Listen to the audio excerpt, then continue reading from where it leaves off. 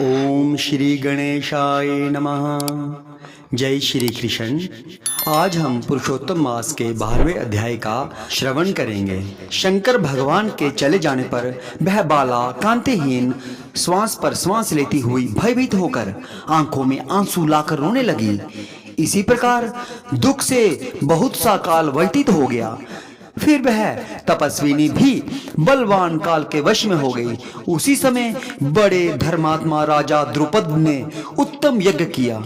उस यज्ञ कुंड में से एक कन्या उत्पन्न हुई। वही मेधावी ऋषि की कन्या दूसरे जन्म में राजा द्रुपद की पुत्री द्रौपदी नाम से संसार में विख्यात हुई। सो यह राजा द्रुपद के स्वयंवर में मछली की आंख बींधने पर अर्जुन को मिली। हे नारद, पुरुषोत्तम का अनादर करने पर दुष्ट दुशासन ने इसके बालों को पकड़कर खींचा, परंतु उस समय वह बारंबार मेरे नामों को याद करने लगी। श्री कृष्ण कहने लगे कि यदि द्रौपदी को मैं भूल ही गया था तो भी मेरे को स्मरण आई, और हे राजन, मैं तत्काल ही गरुड़ पर चढ़कर आया और अनेक प्रकार से खींचे हुए चीर को इतना बढ़ाया कि दुशासन इसको खींचता हुआ अचेत होकर गिर गया।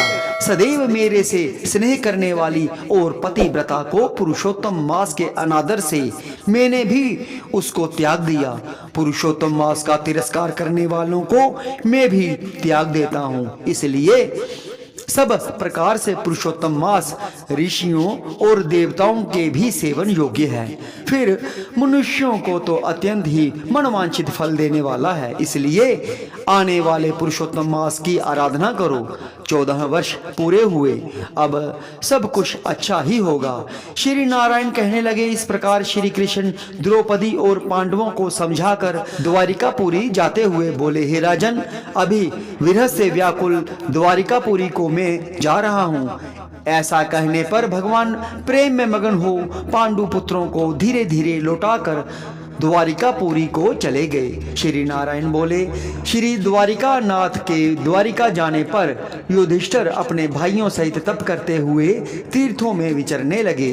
हे नारद, श्री भगवान के प्रिय पुरुषोत्तम मास को मन में धारण कर और श्री कृष्ण का वचन स्मरण कर अपने भाइयों और द्रौपदी से बोले, अहो, आप सबने पुरुषोत्तम का महात्म सुना है। पुरुषोत्तम को बिना पूजे कोई कैसे सुखी रह सकता है। इस लोक में वही पूज्य है, वही धन्य है और वही श्रेष्ठ है जो अनेक प्रकार से भगवान पुरुषोत्तम की पूजा करता है। इस प्रकार सब तीर्थों में विचरते हुए पुरुषोत्तम मास के प्राप्त होने पर विधिवत उसका व्रत करने लगे और 14 वर्ष व्यतीत हो जाने पर श्री कृष्ण भगवान की कृपा से अंगटक राज्य को प्राप्त हुए। जय श्री कृष्ण।